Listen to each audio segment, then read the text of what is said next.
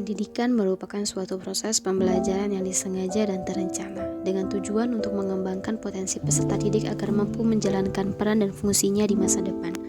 Proses ini melibatkan bimbingan, pengajaran, dan pelatihan baik secara formal maupun non-formal.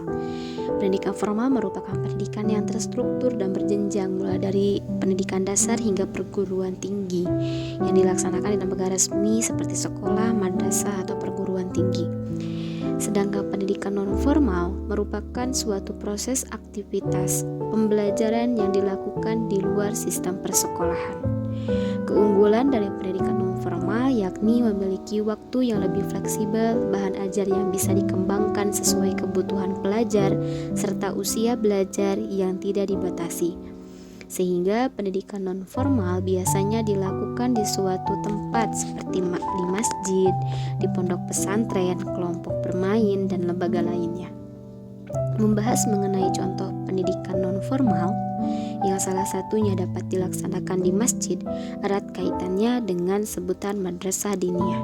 Madrasah diniyah merupakan lembaga pendidikan keagamaan Islam yang berfungsi untuk melengkapi pendidikan agama Islam di luar sekolah formal, baik di sekolah umum maupun di pesantren.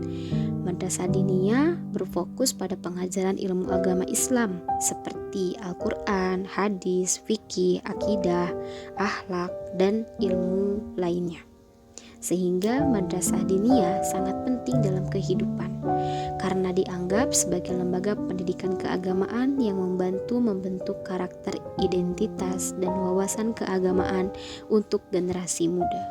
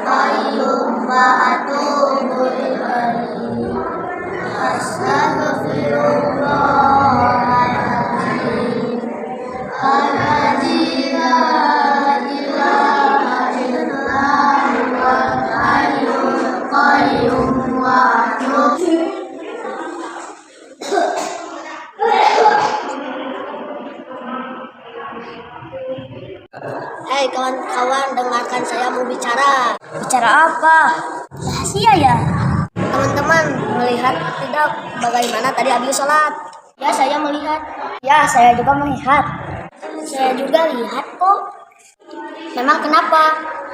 Tadi Abi di dalam memulai sholatnya tanpa mengucapkan musolli loh. Itu kan tidak sah. Dia tidak. Ya gitu? Ya gitu. Masa iya? Emang kenapa?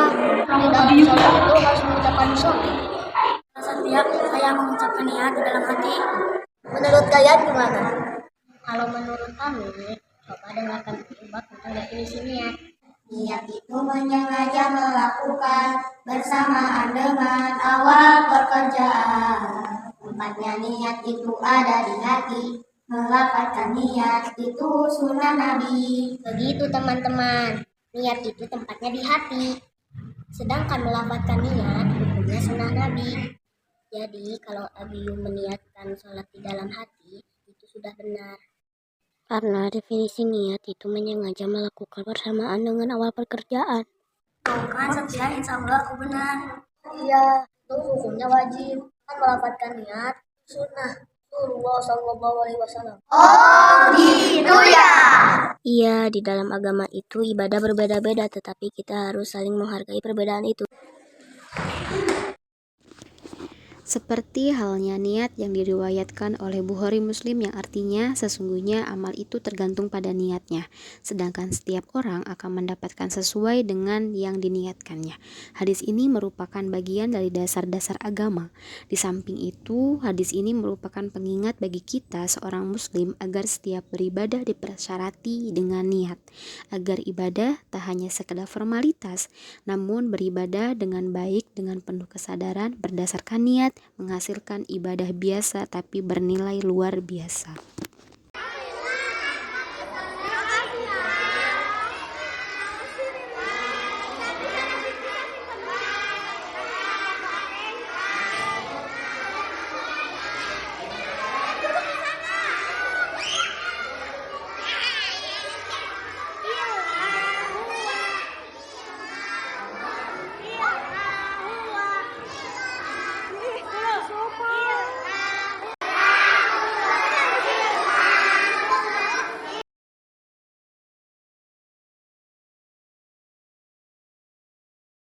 Ya, perkenalkan saya Sipa. Saya salah satu santri Masjid Jami Al-Ikhlas ingin memberikan kesan dan pesan selama saya mengaji di sini.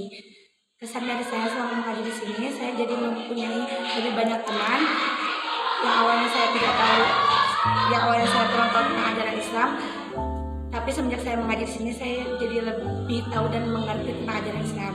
Pesan dari saya, semoga yang mengaji di Masjid Jami Al-Ikhlas menjadi semakin baik dari sebelumnya. Zaman saya harus ke kelas SD, saya sudah mengaji di Al-Ikhlas selama 6 tahun. Pada saat saya mengaji di Al-Ikhlas, senang mendapat banyak teman dan mendapatkan banyak ilmu tentang ajaran agama Islam. Saya dan teman-teman pernah mengikuti lomba dan alangkah senangnya saya dan teman-teman bisa menjuarai bisa juara 3.